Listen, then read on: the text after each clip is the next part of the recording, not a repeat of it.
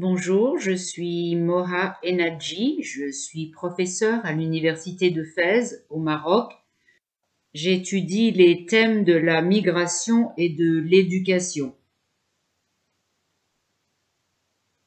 Tout d'abord, je peux dire que le Covid-19 a été très dur pour nous ici et qu'il est difficile de prédire quand nous en aurons fini avec cette crise et combien d'années nous allons souffrir de ses conséquences.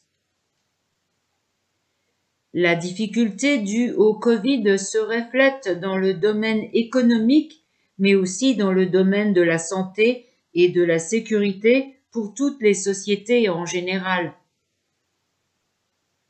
Depuis la déclaration de l'OMS concernant le Covid en tant qu'épidémie mondiale en mars dernier, l'Afrique et le Moyen-Orient ont imposé une série de mesures afin de limiter l'étendue de la maladie. Ces mesures ont eu pour but non seulement d'essayer de contrôler l'étendue de l'épidémie, mais aussi de contrôler la sécurité des personnes et la sécurité des denrées pour garantir un accès à la nourriture pour les personnes qui étaient confinées pendant toute cette période et pour les temps à venir. Nous avons maintenant suffisamment de vivres en Afrique du Nord et au Maroc, et même si certains sont inquiets au sujet de l'arrivée des denrées en Afrique du Nord, je dirais que les marchés mondiaux sont supposés garder leur équilibre dans le futur proche, d'après les experts des Nations Unies. L'Afrique souffre énormément de la sécurité des vivres et des millions de gens pourraient souffrir du manque de nourriture et même de la famine si rien n'est fait de la part de la communauté internationale au regard de l'Afrique. Mais pour l'instant, en Afrique du Nord, je pense que l'arrivée des vivres est satisfaisante dans la plupart des pays. Certaines craintes persistent à cause des conflits et des instabilités, comme en Libye, dans le Sahel, au Liban et au Moyen-Orient où l'on dépend complètement des importations étrangères de nourriture et qu'on est très vulnérable au marché mondial des céréales et ses préoccupations. La prédiction pour 2020-2021 concernant les céréales par exemple et l'agriculture est très bonne, particulièrement dans le Maghreb où l'on passe une période de sécheresse depuis 2 ans, ce qui promet un futur loin d'être prospère.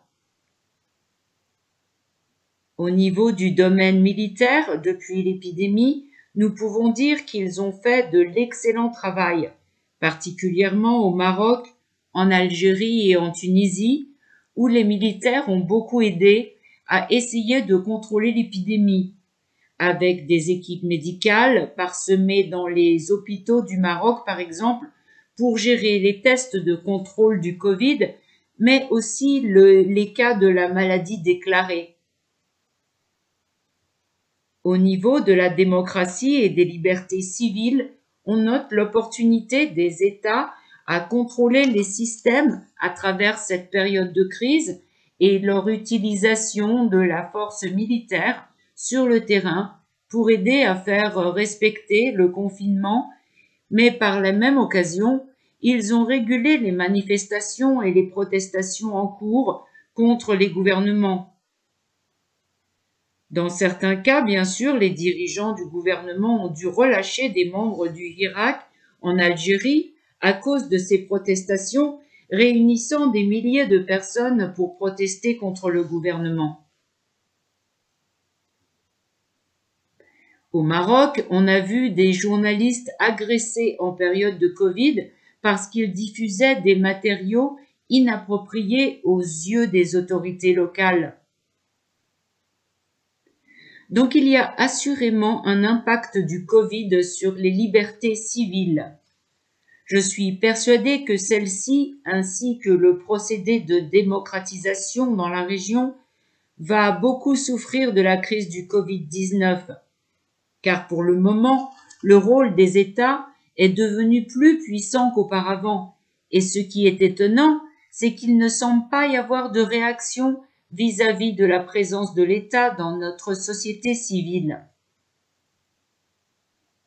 Les médias semblent accepter la présence militaire et le renforcement des règles, comme par exemple le confinement, et semblent même accepter cette forme de répression de société civile.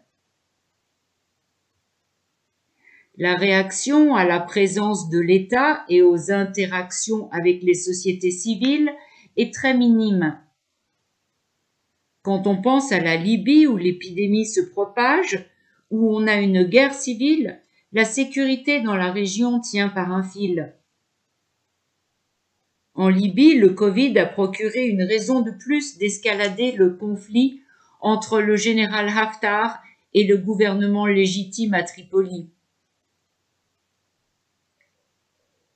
Ces montées de conflits vont empirer dans le futur, spécialement avec l'implication des forces étrangères sur le territoire, comme par exemple la Turquie, la Russie, et donc bien sûr le secteur de la santé va continuer à se dégrader et d'être pire en Libye.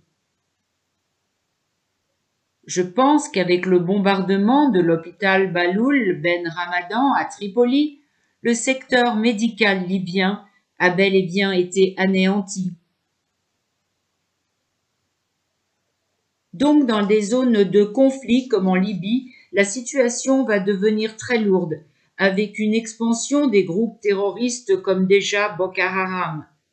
La situation va être dangereuse. Du Maghreb au sud saharien, la sécurité va être un défi encore plus grand post-Covid.